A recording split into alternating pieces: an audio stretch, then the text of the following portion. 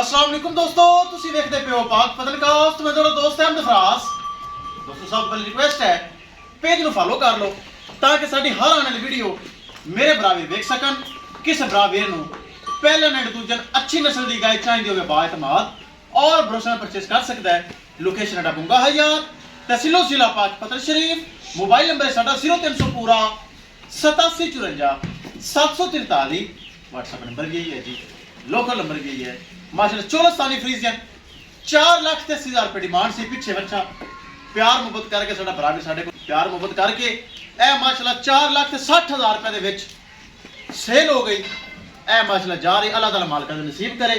किसी मेरे भरा वे मजीद अच्छी नस्ल की गाय चाहिए हो रब्ता करके परचेस कर सकता है।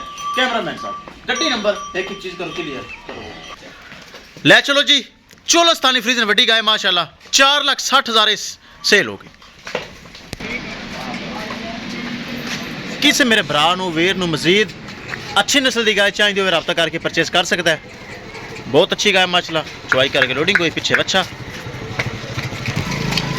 दोस्तों पाक पतनकास से अच्छी अच्छी गावां मयारी गावां साफ सुथरे गावां बगैर फल टाइम तो मौजूद होंदियां माशाल्लाह।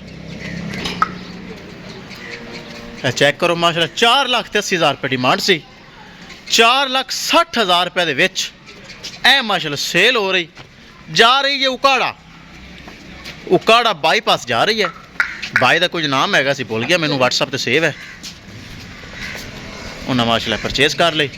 वड्डी गां है माशाल्लाह, चुवाई करके लोडिंग करदा उन्हें। चंगा हवाना सी गां कोल, कद माशाल्लाह चंगा, दुध वाली गां घर दे कोल ही लई है माशाल्लाह, दुध वाली गां है। चुक ले बच्चा चुक के विच डाले ते पा। किसी मेरे भरावे नूं मजीद जानवर चाहिए तो रब्ता करके परचेस कर सकता है।